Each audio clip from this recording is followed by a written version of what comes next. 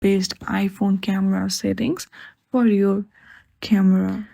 First of all, what you need to do is go to your settings and then search for camera and go through it. Now click on the record video. Here from 1080p to switch to 4K to 30 fps.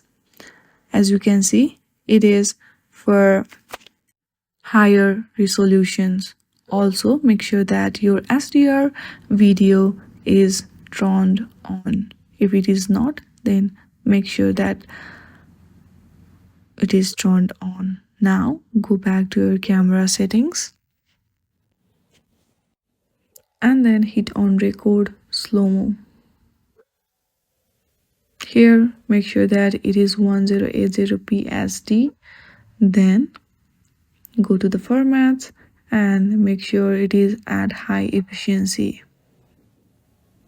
Also go back and do not forget to check on preserve settings that creative controls and live photo is turned on. Now if you want, then you can also toggle on the grid option, which helps you to take photograph or video in a very easy way.